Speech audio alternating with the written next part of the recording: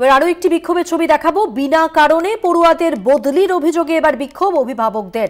ঝাড়গ্রামের শ্রী রামকৃষ্ণ সারদা পীঠে এই বিক্ষোভ। অভিভাবকদের প্রায় 50 জন পড়ুয়াকে বদলির অভিযোগে বিক্ষোভ দেখাচ্ছেন, সেই ছবি দেখছেন। জানবো আরো বিস্তারিতভাবে, অরূপ ঘোষ রয়েছেন প্রতিনিধি আমাদের সঙ্গে টেলিফোন লাইনে। অরূপ, কি খবর রয়েছে? জানাচ্ছ কি কারণে ছাত্রীদের টিসি দেওয়া হচ্ছে, সেই কারণ জানার জন্য অভিভাবকরা এদিন স্কুলের সামনে বিক্ষোভ দেখান।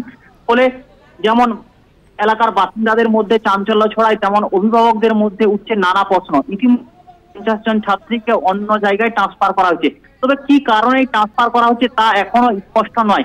আর সেই কারণ জানার জন্য এদিন ছাত্রছাত্রীর অভিভাবকরা এসে বিক্ষোভ দেখান। তাদের বক্তব্য, তাদের ছাত্রীরা প্রথম শ্রেণী থেকে সেই স্কুলে পড়াশোনা করছে, কিন্তু হঠাৎ করে তাদেরকে ট্রান্সফার করা হচ্ছে। কিন্তু অহেতুক এই ছাত্রীদেরকে ট্রান্সফার করা নিয়ে অভিযোগ তুলছেন এই সারদা বিদ্যাপীঠ যে স্কুল, সেই স্কুলের শিক্ষক শিক্ষিকাদের বিরুদ্ধে। কারণ কি কারণে ট্রান্সফার করা হচ্ছে তা এখনো স্পষ্ট নয়। মধুবন দিদি। ধন্যবাদ অরূপ। কথা বললাম প্রতিনিধি অরূপ ঘোষের সঙ্গে।